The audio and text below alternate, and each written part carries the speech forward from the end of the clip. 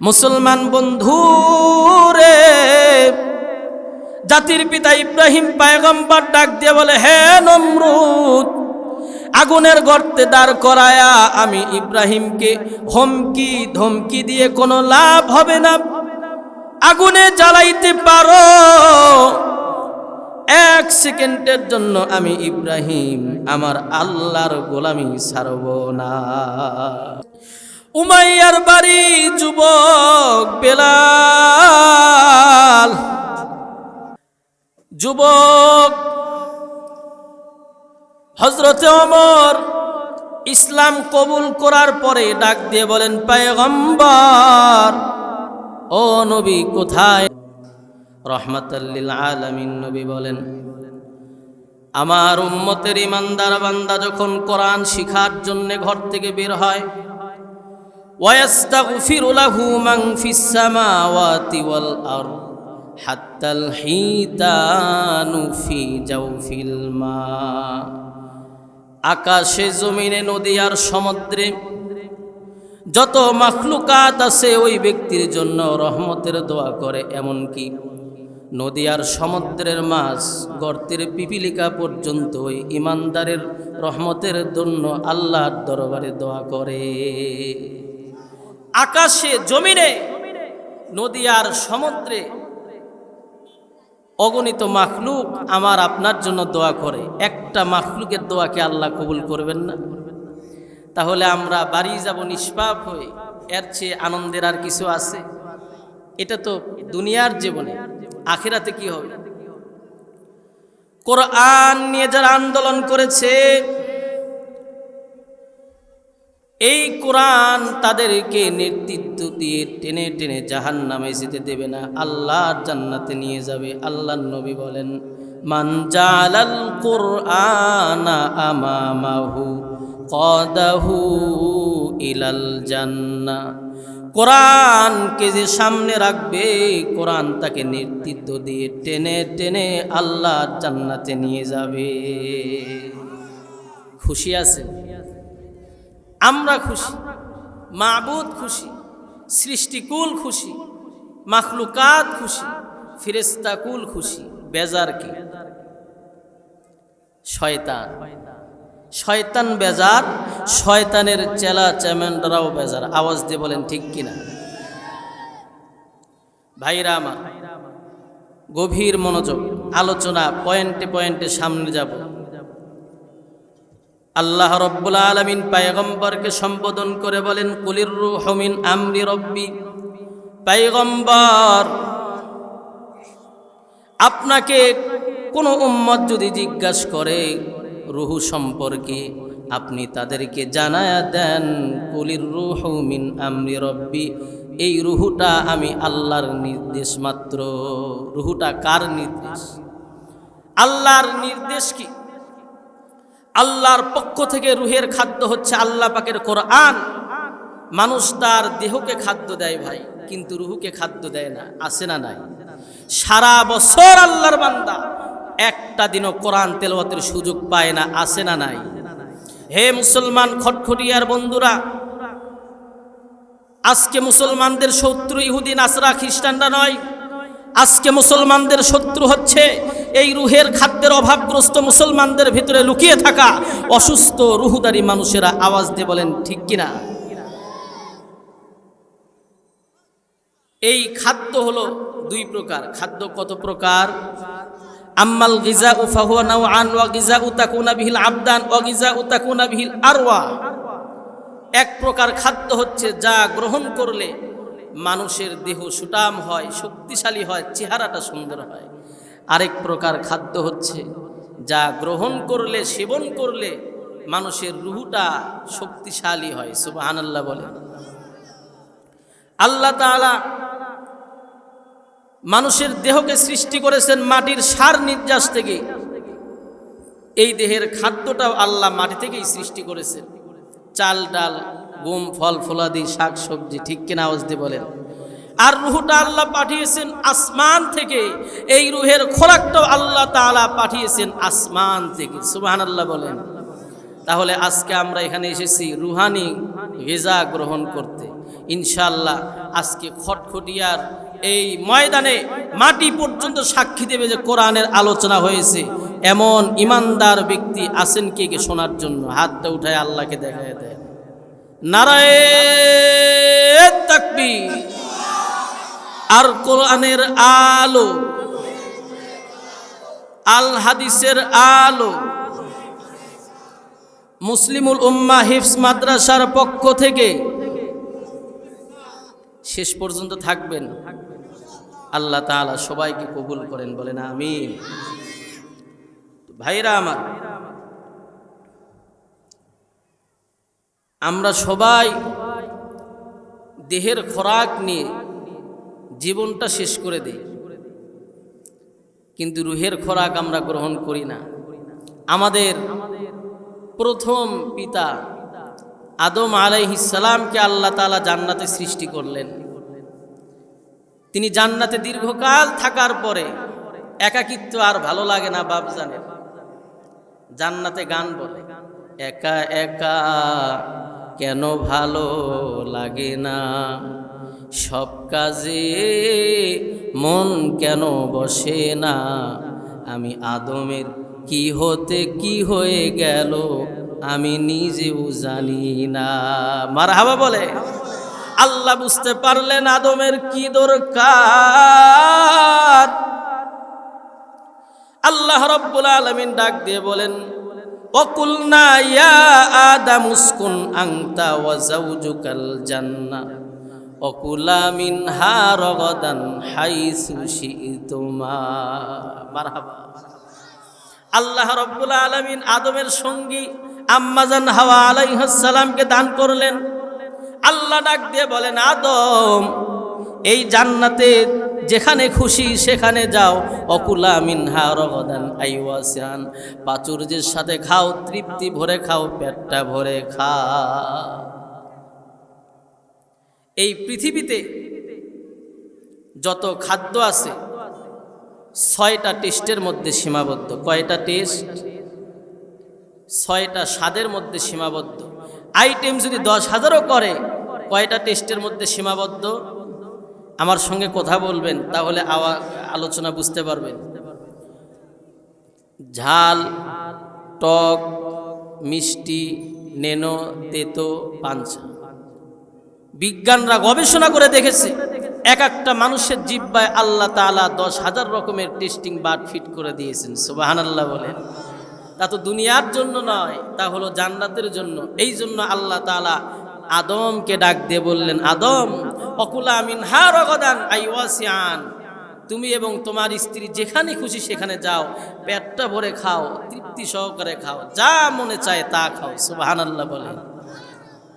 কিন্তু দুনিয়াতে যত খাবেন তত সমস্যা, ঠিক কি না? হার্ট বলো, স্ট্রোক, গ্যাস্ট্রিক, আলসার, রোগের শেষ নাই। আল্লাহ তাআলা এই কথা বলার পরে একটা শর্ত দিলেন। কয়টা শর্ত? ওয়ালা তাকরাবা হাদিহিস শাজারা ফাতাকুনা মিনাজ জালিমিন। আদম, এই একটা বৃক্ষের কাছেও তুমি যাবে না, যদি যাও ক্ষতিগ্রস্তদের কাতারে শামিল হয়ে যাবে। এরপরের ঘটনা আপনারা জানেন। আমাদের আব্বাজান এবং আম্মাজান শয়তানের ধোকায় পড়ে গন্ধম ফল খাওয়ার কারণে শরীর থেকে কাপড় খুলে গেল, ঠিক কিনা? আওয়াজ দিয়ে বলেন। আল্লাহ রাব্বুল আলামিন ডাক দিয়ে বলেন, ফাআযাল্লাহুমাশ শাইতানু আনহা ফাআখরাজাহুমা মিম্মা কানা ফি। শয়তান তাদেরকে পরিচিত করেছিল, সেখান থেকে তাদেরকে বের করেছিল। আল্লাহ ডাক দিয়ে বললেন, আদম তুমি এবং তোমার স্ত্রী জমিনে নামে যাও, শয়তান তোমাদের প্রকাশ্য শত্রু। ওয়ালাকুম ফিল আরদ, নির্দিষ্ট সময়ের জন্য দুনিয়াতে তোমাদের বাসস্থান করা হলো। কতটুকু সময়ের জন্য? নির্দিষ্ট সময়, আজীবনের জন্য। কিন্তু আমি আপনি তো আজীবনকে দুনিয়া বানিয়েছি। 24টা ঘন্টা শুধু দুনিয়া দুনিয়া। কে কার থেকে উপরে ওঠা যায়, ঠিক কিনা? আওয়াজ দিয়ে বলেন। মন খারাপ করতেছে? আলোচনা আসতেছে সামনে। মুসলমান ভাইরা আমার, দিলটা নরম করে দিবেন। তাফসিরের কিতাবে এসেছে আদম এই দুনিয়াতে আসলেন কখন? আদমকে আল্লাহ তাআলা দুনিয়াতে কোথায় নামালেন? বাবা আদমকে নামানো হলো শ্রীলঙ্কায়। কোন দেশে? আম্মাজান হাওয়া আলাইহিস সালামকে নামানো হলো আরবের জিদ্দায়, আর শয়তানকে নামানো হলো হিন্দুস্তানে। এই জন্য দেখবেন হিন্দুদের মধ্যে এই প্রভাব, শয়তানের প্রভাব বিস্তারটা খুব বেশি। আওয়াজ দিয়ে বলেন ঠিক কিনা? তো আমরা বিগত সময় 16টা বছর দেখেছি আমাদের এই 99% মুসলিম রাষ্ট্রে, এই রাষ্ট্রে হিন্দুদের প্রভাব, হিন্দুদের আইনে দেশ চলতো। আওয়াজ দিয়ে বলেন ঠিক কিনা? মুসলমান ভাইরা আমার, কেমন জাতির পিতা আমরা পেয়েছিলাম। আল্লাহ তাআলা মুসলিম মিল্লাতের জাতির পিতা বানালেন ইব্রাহিম আলাইহিস সালামকে, আর বাংলাদেশি জাতির পিতা কি? বঙ্গবন্ধু। আপনারা মানেন? আমার মসজিদে আলোচনা করার পরে সভাপতি সাহেব দাঁড়িয়েছে, আমার চাকরি চলে যাবে। বলতেছে, হুজুর আপনাদের ইসলামে মুসলমানদের জাতির পিতা হলো ইব্রাহিম, আর শুধু বাঙালি জাতির জন্য হলো শেখ মুজিব। আমাদের জাতির পিতা ইব্রাহিম আলাইহিস সালাম এসেছিলেন মূর্তি ভাঙ্গার জন্য না মূর্তি গড়ার জন্য? তাহলে এটা কেমন জাতির পিতা? মুসলমান ভাইরা আমার, গভীর মনোযোগ। এই বাঙালি জাতি 16 টাকায় ডিম কিনে খায়, আর স্বৈরাচার 300 কোটি টাকা দিয়ে বাবার মূর্তির মোরাল বানায়। ঠিক কিনা? আওয়াজ দিয়ে বলেন। টাকার মধ্যে মূর্তি, পয়সার মধ্যে মূর্তি, 3 রাস্তার মোড়ে মূর্তি, 4 রাস্তার মোড়ে মূর্তি, কলেজের সামনে মূর্তি, বিশ্ববিদ্যালয়ের সামনে মূর্তি, স্কুলের সামনে মূর্তি, সব জায়গায় মূর্তি নির্মাণ করে যারা ইসলামের চূড়ান্ত দুশমন তারা। আওয়াজ দিয়ে বলেন ঠিক কিনা?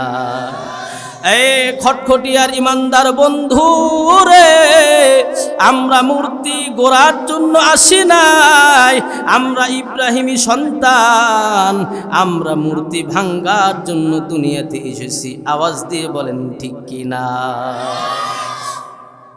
মুসলমান ভাইরা আমার, আল্লাহ রাব্বুল আলামিন কোরআনে ডাক দিয়ে বলেন, ইয়া আইয়ুহান নাসু দুরিবা মাসালুন ফাসতামিউ লা ইন্নাল্লাযীনা তাদউনা মিন দুনিল্লাহি লা ইয়াখলুকু যুবাবান ওয়ালাউ ইজতামাউ লা। আল্লাহ রাব্বুল আলামিন ডাক দিয়ে বলেন, হে খটখটিয়ার মুসলমান ইমানদার রে, আমি আল্লাহকে বাদ দিয়ে যে দেবদেবীর পূজা করা হয়, তামাম বিশ্বের সব দেবদেবীকে যদি বলা হয় ও দেবদেবীরই একটা মাসি বানাও, সারা বিশ্বের সমস্ত দেবদেবী মিলেও একটা মাসি বানাইতে পারে না। ঠিক কিনা? এমনকি ওই মাসি থেকে, ওই মূর্তির সামনে থেকে যদি মাসি ফল খাবার নিয়ে যায়, ওই মাসির থেকে খাবার রক্ষা করার মতো তাদের শক্তি নাই। আওয়াজ দিয়ে বলেন ঠিক কিনা? আল্লাহ চ্যালেঞ্জ করে বললেন, দাউফাত তালিবু ওয়াল মাতলুব, যারা পূজারী তারাও দুর্বল, যারা পূজা করা হয় তারাও দুর্বল। আওয়াজ দিয়ে বলেন ঠিক কিনা? এই জন্য শক্তি দেখায়। শক্তির মালিক কে? আল্লাহ বলে দিলেন, ইনিল হুকমু ইল্লা লিল্লাহ, হুকুম যার, সৃষ্টি যার, আইন চলবে তার। ঠিক কিনা? আওয়াজ দিয়ে বললেন।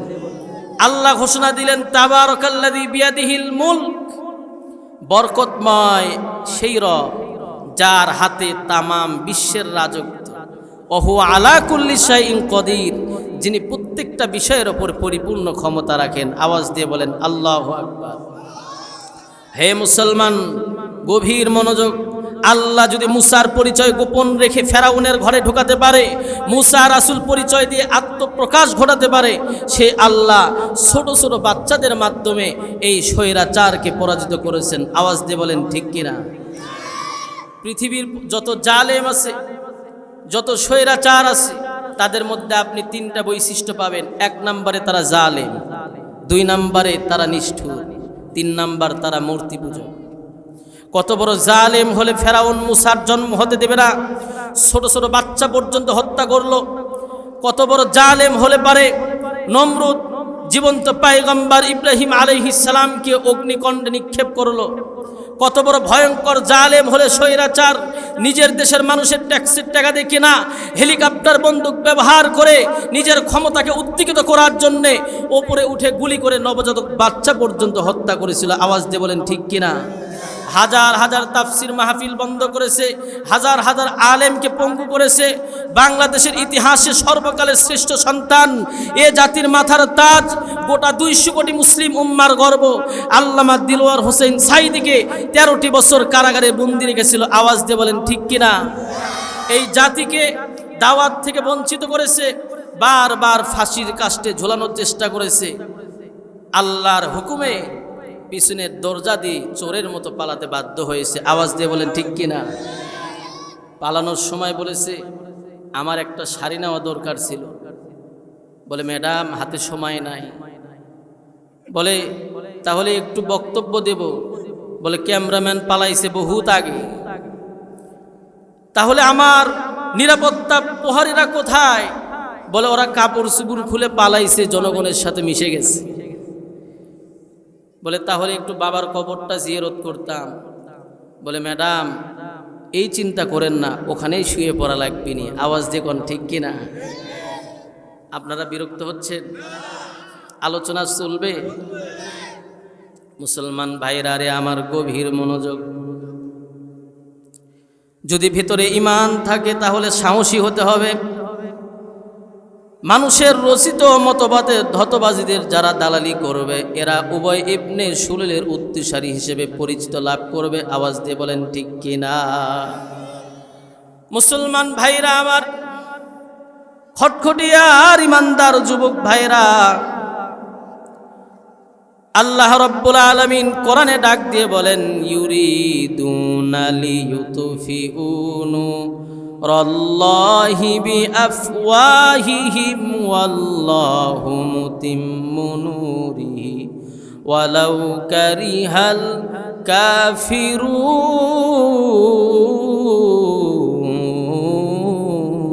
কাফিরুন। আল্লাহ রাব্বুল আলামিন ডাক দিয়ে বলেন কাফের মুশরিকরা, আমি আল্লাহর নূরকে তাদের মুখের ফোঁ দিয়ে নিভায়ে দিতে চাই। আমি আল্লাহ আমার এই দিন ইসলামকে এই জমিনে প্রতিষ্ঠিত করব। 1500 বছর আগে রহমাতাল লিল আলামিন নবীর রক্ত ঝরা দিন ইসলামকে এই জমিনে আল্লাহ প্রতিষ্ঠিত করেছেন। আওয়াজ দিয়ে বলেন ঠিক কিনা? এই ইসলামকে আল্লাহ নিজের নূর বলেছেন। সারা পৃথিবীর সমস্ত তাগুত, কাফের, মুশরিক, বেঈমান, পরাশক্তি, অপশক্তি, ধরাশক্তি মিলেও আল্লাহর নূর দিন ইসলামের 1 সরষা পরিমাণ ক্ষতি করতে পারবে না। আওয়াজ দিয়ে বলেন ঠিক কিনা? কিন্তু বর্তমান সময় কিছু লিপস্টিক মার্কা স্কলার বের হয়েছে। এরা বলে আমরা যদি সংশোধন না হই তাহলে ইসলামের বড়ই ক্ষতি হয়ে যাবে। আমি ওই সমস্ত স্কলারদেরকে বলতে চাই, এই লিপস্টিক মার্কা স্কলাররা, এই ইসলাম ক্ষতি হওয়ার জিনিস নয়।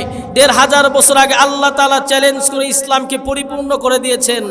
আল ইয়াউমা আকমালতু লাকুম দীনাকুম ওয়া আতমামতু আলাইকুম নি'মাতি ওয়া রাদিতু লাকুমুল ইসলামা দীনা। সুবহানাল্লাহ বলেন। আল্লাহর খলিল হযরত ইব্রাহিম পয়গম্বর, জাতির পিতা। খটখটিয়ার যুবক ভাই, গভীর মনোযোগ, আলোচনার গভীরের দিকে আমি যাচ্ছি। আল্লাহর খলিল ইব্রাহিম পয়গম্বর, জাতির পিতা, সমস্ত কাফের মুশরিকদের সামনে দাঁড়িয়ে কালেমার দাওয়াত দিলেন।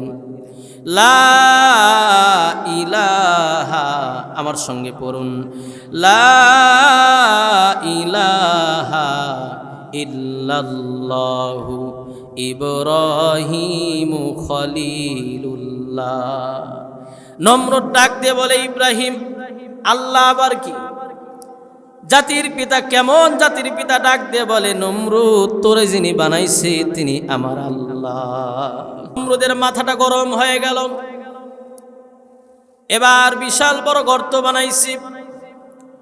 ওই গর্তের পারে জাতির পিতা কেমন জাতির পিতা? হযরতে ইব্রাহিম পয়গম্বরকে নিয়ে দাঁড় করানো হয়। নমরুদ ডাক দিয়ে বলে, ইব্রাহিম, যদি এক আল্লাহর গোলামি ছেড়ে দাও, এক আল্লাহর উপাসনা ছেড়ে দাও, তাহলে এই আগুন থেকে তুমি বাঁচতে পারবে, না হয় আগুনে পুড়ে তুমি ছাই হয়ে যাবে। মুসলমান বন্ধুরে গভীর মনোযোগ, দিলখানা নরম করে দিবেন। জাতির পিতা 16টা বছর কাকে বলেছেন, আর আমাদের আসল জাতির পিতাকে আজকে পরিচয় লাভ করে দেব। রাজি আছে? মুসলমান বন্ধুরা আমার, নমরুদের মাথা গরম হয়ে গেল। এবার নমরুদ তার সাথী সঙ্গীদের সঙ্গে পরামর্শ করতে লাগলো। কাফির মুশরিকরা ডাক দিয়ে বলে, হে নমরুদ, ইব্রাহিমের শরীরে সুন্নতি পোশাক আছে, তার চেহারায় সুন্দর দাড়ি দেখা যায়, তার মাথায় সুন্নতি টুপি দেখা যায়। সুতরাং এই অবস্থায় যদি আগুনে জ্বালায়া দাও, আগুন নাও ধরতে পারে। মারহাবা বলে। এই জন্য দুইটা কাজ করতে হবে। এক নাম্বার, জাতির পিতা ইব্রাহিমের শরীর থেকে কাপড় চোপড় খুলে উলঙ্গ করে আগুনে যদি নিক্ষেপ করা হয়, এক নাম্বার আগুনে পুড়তে সহজ হবে। দ্বিতীয়ত, ইব্রাহিম জাতির পিতা লজ্জিত হবে। নাউজুবিল্লাহ বলেন। এই খটখটিয়ার যুবক বন্ধু রে, গভীর মনোযোগ রে বন্ধু, হাজার হাজার লক্ষ লক্ষ কাফের মুশরিকদের সামনে থেকে জাতির পিতা ইব্রাহিম পয়গম্বরের শরীর থেকে যখন কাপড় চোপড় খোলার জন্য কাফের বেঈমানেরা যখন সামনের দিকে আগায়, কেমন জাতির পিতা, নিজের বাবা মূর্তি পূজক, সঙ্গে কেউ নাই, সারা বিশ্বে জাতির পিতার দুশ্মন হযরতে ইব্রাহিম পয়গম্বর আমাদের জাতির পিতা কি করেছে? আসমানের দিকে তাকায়া আল্লাহ রব্বুল আলামিনকে ডাক দিয়েছেন। আওয়াজ দিয়ে বলেন সুবহানাল্লাহ। জাতির পিতা আসমানের দিকে তাকায়া আল্লাহকে ডাক দিয়ে বলে, মালিক,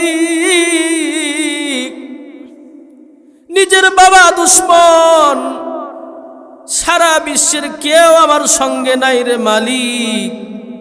আয় আল্লাহ, আজকে হাজার হাজার কাফের মুশরিকের সামনে আমি ইব্রাহিমের শরীর থেকে কাপড় চোপড় খোলা হবে।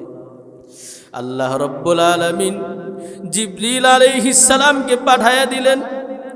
জিবরিল আলাইহিস সালাম এসে বলেন, ইব্রাহিম, আমি জিবরিল আসলাম, বলেন কি সাহায্য দরকার? কেমন জাতির পিতা বন্ধু, গভীর মনোযোগ, ইমান যদি বিন্দু মাত্র থাকে, নবীর প্রেমে যদি 2 ফোঁটা চোখের পানি ফেলাইতে পারো, খুশি হয়ে যাবেন কে?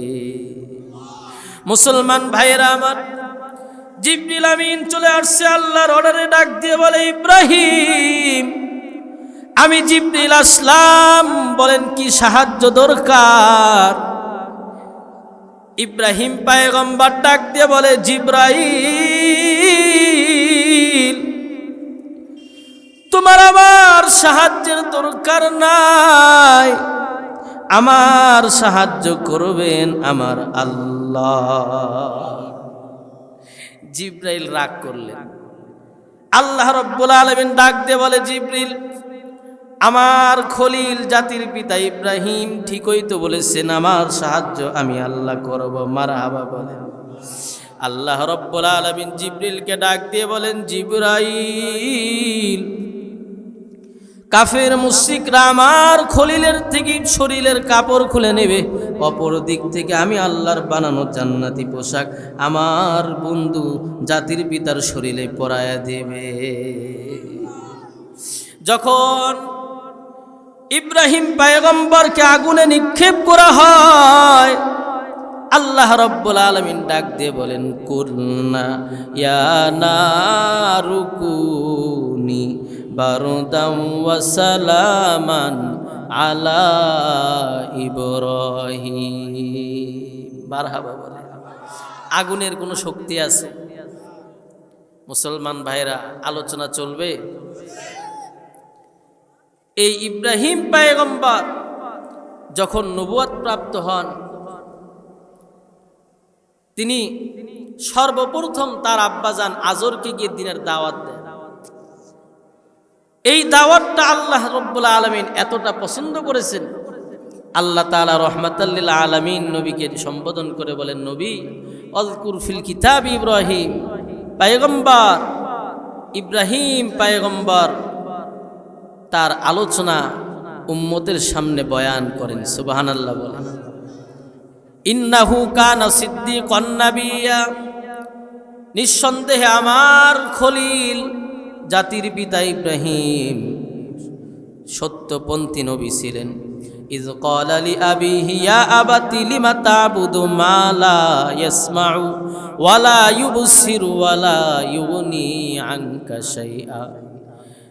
কেমন পয়গম্বর যখন নবুয়ত প্রাপ্ত হন সর্বপ্রথম তিনি তার আব্বাজানকে দিয়ে দ্বীনের দাওয়াত দিলেন। গিয়ে বলেন, ইয়া আবাতি ইন্নী কদ জাআনি মিনাল ইলমি মা লাম, আব্বাজান আমার কাছে এমন এক ইলম এসেছে যা আপনার কাছে আসে নাই। ফাত্তাবিনি, যদি আমাকে অনুসরণ করেন হেদায়েতের পথটা কি দেখায় দিবে।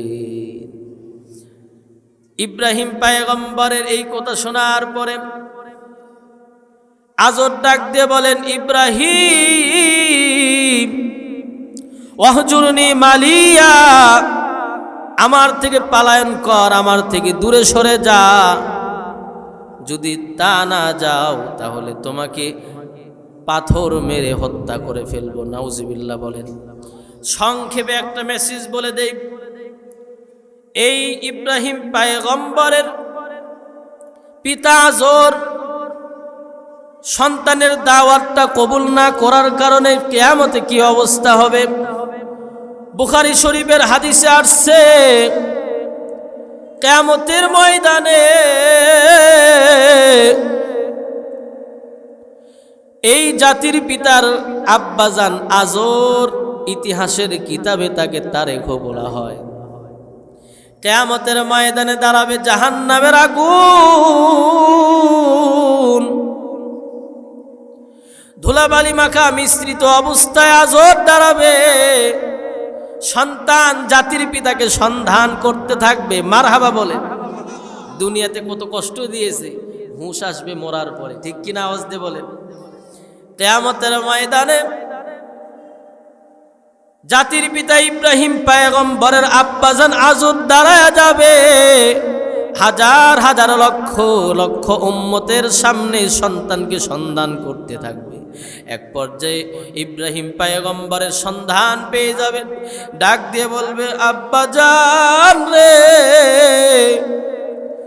দুনিয়ার জীবনে তোমার দাওয়াত কবুল করি নাই, পাথর মেতে হত্যা করার হুমকি দিয়েছি, আমি বাবা হয়ে তোমার জন্য 40 ফিট পর্যন্ত গর্ত খনন করেছি। ওরে সন্তান, আজকে তুমি তো পয়গম্বর আল্লাহর খলিল, জাহান্নামের আগুন থেকে আমাকে বাঁচায় দাও রে সন্তান। ইব্রাহিম পয়গম্বর জাতির পিতা আব্বাজানের দুরবস্থা দেখিয়া হাজার হাজার লক্ষ লক্ষ উম্মতের সামনে কিয়ামতে সিজদায় পড়ে বাবার সুপারিশ করবেন আল্লাহর দরবারে। সুবহানাল্লাহ। গায়েব থেকে আওয়াজ, ইন্নী হাররামতুল জান্নাতা আলাল কাফিরিন। ওরে ইব্রাহিম, আমি আল্লাহ কাফেরদের জন্য জান্নাত হারাম করে দিয়েছি। সঙ্গে সঙ্গে দেখা যাবে জাতির পিতার আব্বাজানের পায়ে জাহান্নামের ফেরেশতারা শিকল লাগায়া জাহান্নামের দিকে টেনে টেনে নিয়ে যাবে। এ খটখটিয়ার যুবক বন্ধু, নবীর পিতা হওয়া সত্ত্বেও জান্নাতে যাবে না, জাহান্নামে। আর এই উম্মতের কেমন পাওয়ার কিয়ামতের ময়দানে হয়। রহমাতাল লিল আলামিন নবীর উসিলায় আল্লাহ রাব্বুল আলামিন গুনাহগার বান্দাদের কি বিভিন্ন তাল বাহানায় জান্নাতে যাওয়ার জন্য শুধু বাহানা করবে। ভাইরা আমার, এই নবী কেমন দামি নবী, সমস্ত নবীদের সর্দার।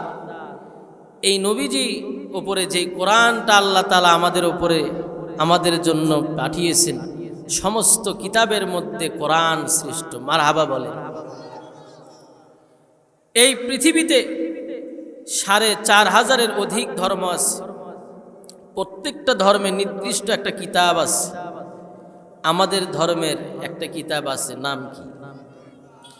সব কিতাবের মধ্যে কোরআন শ্রেষ্ঠ কেন?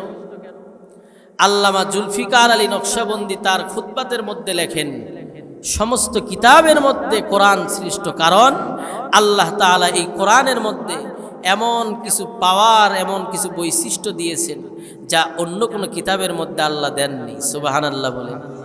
এই কোরআন এমন এক প্রভাবশালী কিতাব, এমন এক আজিমুশান কিতাব, পাওয়ারফুল কিতাব। যতই কঠোরওয়ালা দিল হোক না কেন, কোরআনের বাণী শুনতে দেরি হবে, তার চোখ দিয়ে অস্ত্র ঝরতে দেরি হবে না। সুবহানাল্লাহ বলেন। আমি খুতবায় যে আয়াত তেলাওয়াত করেছি, আলিফ লাম রা, কিতাবুন আনজালনাহু ইলাইকা লিতুখরিজান নাস মিনাজ-যুলুমাতি ইলান নূর।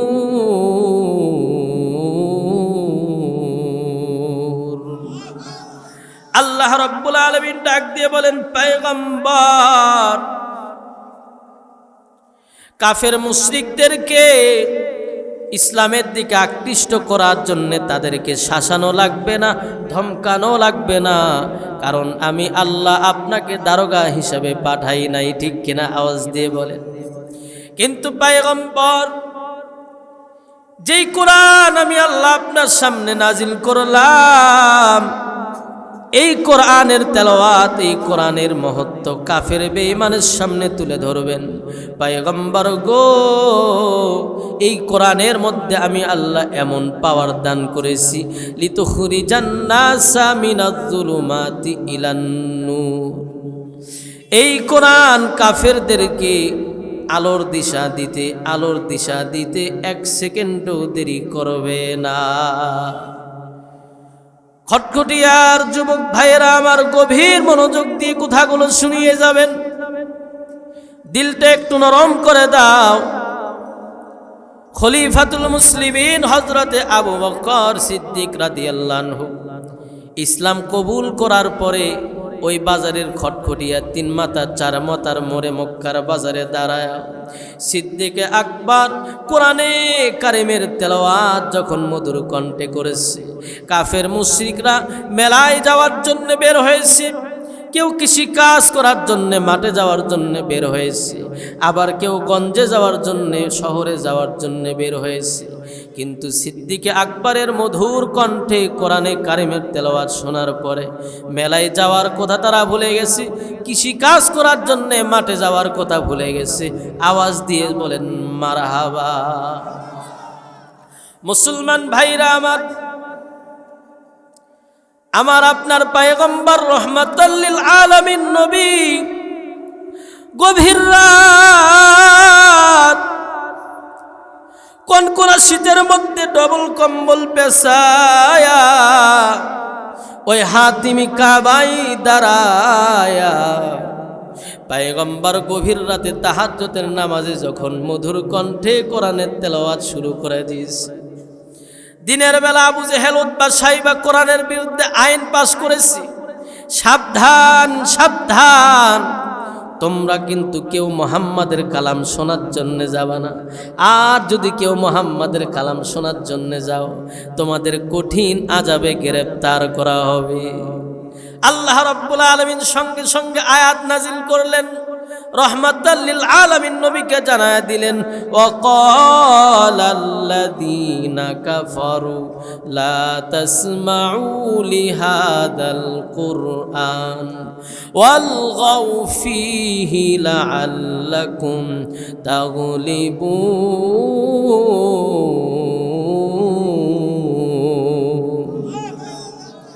আল্লাহ রাব্বুল আলামিন ডাক দিয়ে বলে, পয়গম্বর কাফের মুশরিকরা কোরআনের বিরুদ্ধে আইন পাশ করেছে, সাবধান সাবধান, তোমরা কিন্তু কেউ মুহাম্মাদের কালাম শোনার জন্য যাবা না। ও খটখটিয়ার যুবক বন্ধু রে, দিলটা নরম করে একটু দেবেন কোরআনের মোহাব্বতে, রহমাতাল লিল আলামিন নবীর মোহাব্বতে দিলটা নরম করে দাও। এবার দিনের বেলা যারা আইন পাশ করেছিল, কোরআনের বিরুদ্ধে আইন পাশ করেছে, কিন্তু আমার আপনার রহমাতাল লিল আলামিন নবীর মধুর কণ্ঠে কোরআনের আওয়াজটা যখন আবু জেহেলের কানের মধ্যে গেছে, আবু জেহেল চোরের মতো রহমাতাল লিল আলামিন নবীর কণ্ঠে মধুর তেলাওয়াত শোনার জন্য চোরের মতো ওই হাতেমে কাবায় দাঁড়ায় যাইত।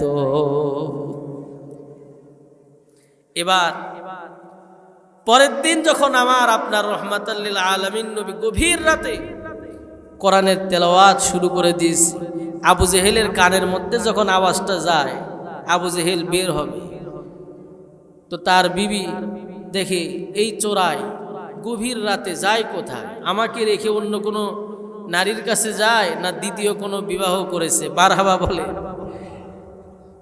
এবার আবু জেহেল ভাতিজা মুহাম্মাদের তেলাওয়াত শোনার জন্যে গভীর রাতে যখন কম্বলের মধ্যে থেকে বের হচ্ছে, বিবি এবার টার্গেটে আসে না নাই। এবার যখন দরজাটা খুলবে, বিবি অমনি খপ করে হাতটা ধরে ফেলেছে, ডাক দিয়ে বলে, স্বামী আমার আবু জেহেল রে,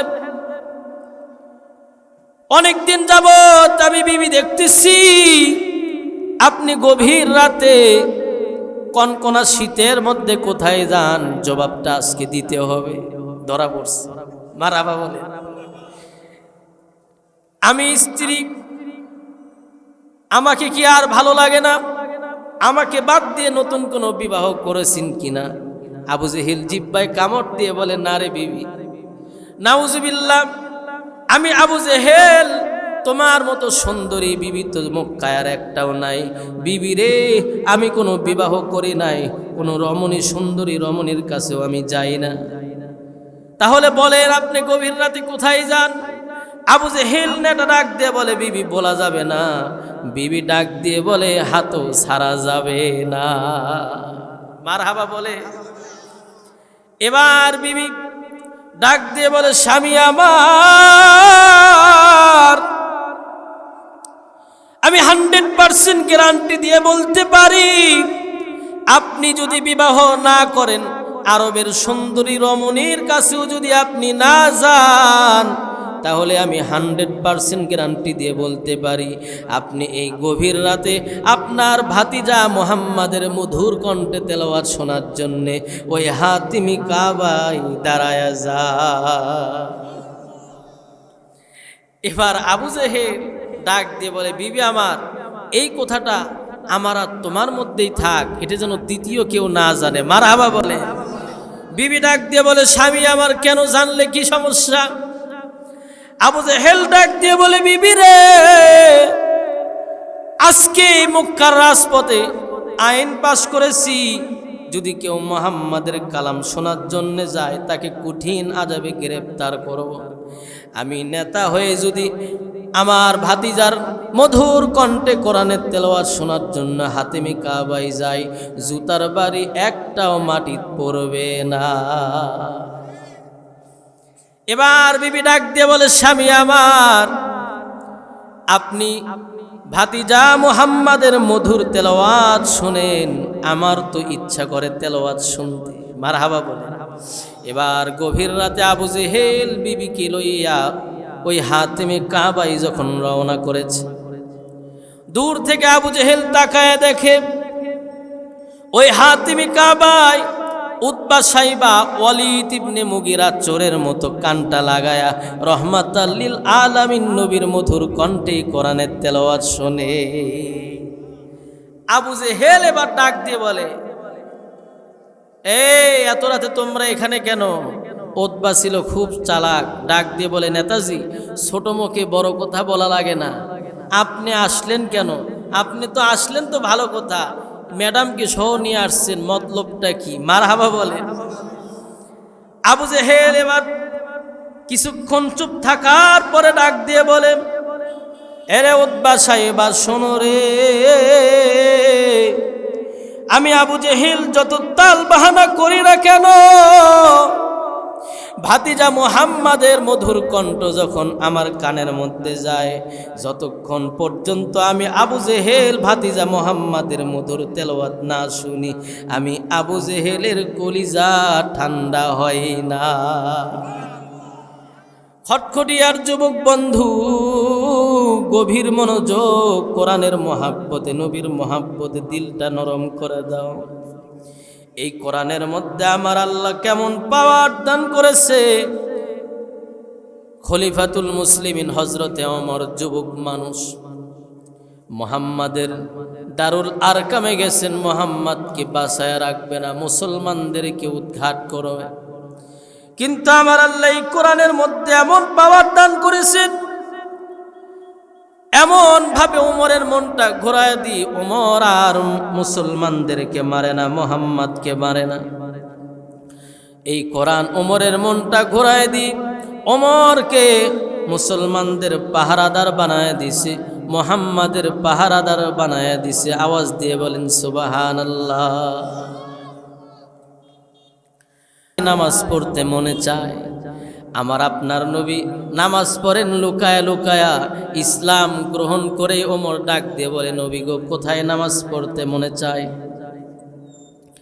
আমার নবী ডাক দিয়ে বলেন, ওমর আমরা মুসলমান মাত্র 40 জন।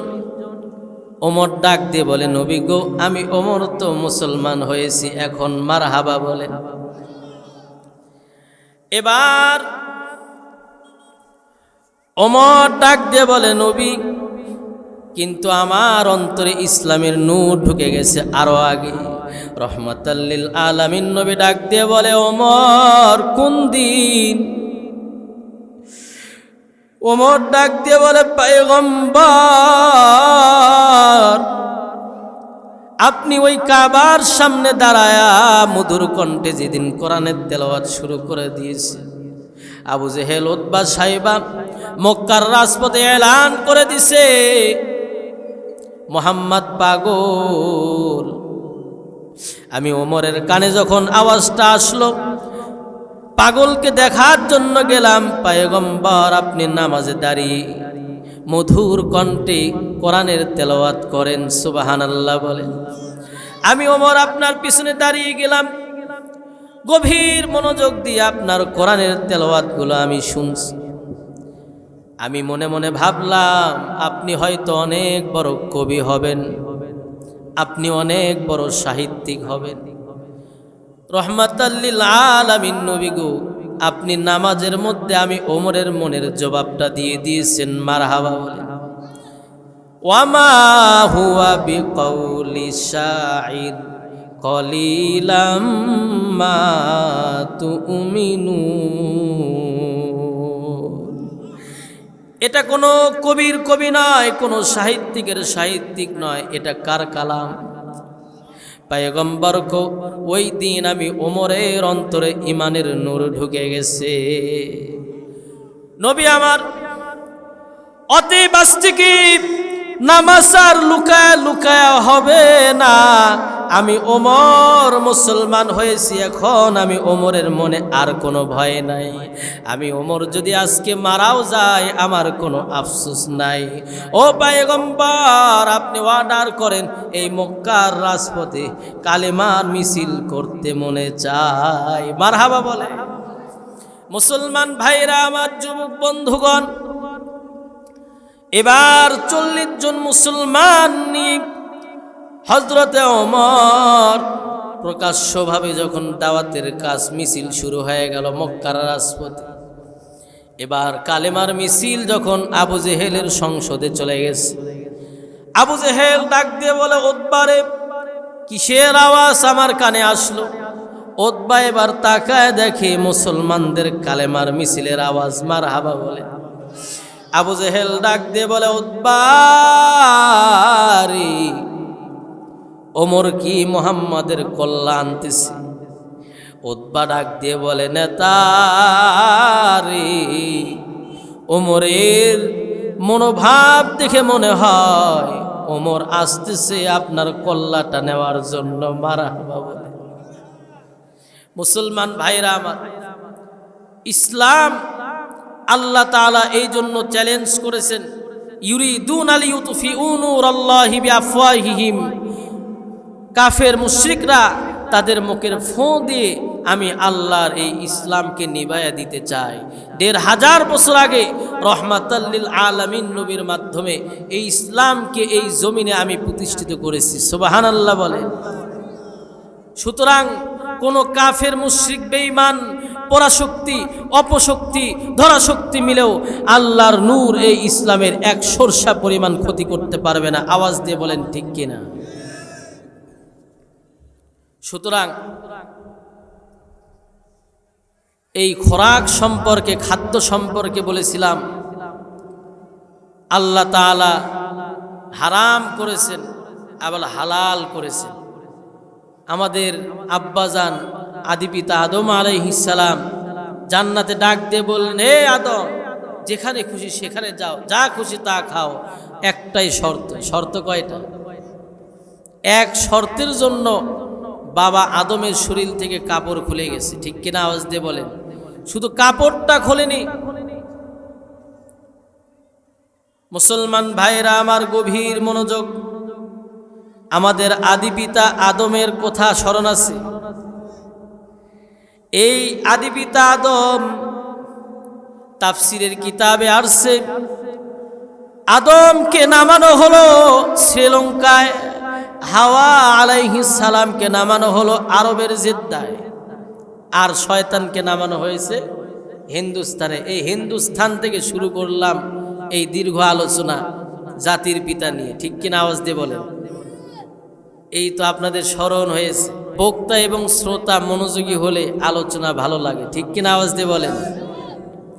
এবার আসুন, এই জাতির পিতা আলোচনা শেষ হলো। তাফসিরের কিতাবে আসছে